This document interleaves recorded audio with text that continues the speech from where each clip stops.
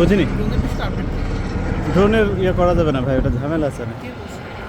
পরে একটা নিচ্ছিল মনে হয় ভাই, ইসমাইল ভাই মনে হয় একটা শট নিচ্ছে ড্রোনে। আমি ড্রোন ওটা ইয়ে করতে পারবো না, ঝামেলা আছে পুরো।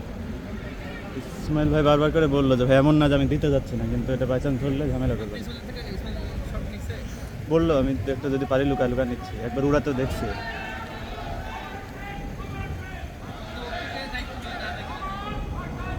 আচ্ছা আমি কোথায় ফোন দিয়ে আর একটা দেখি।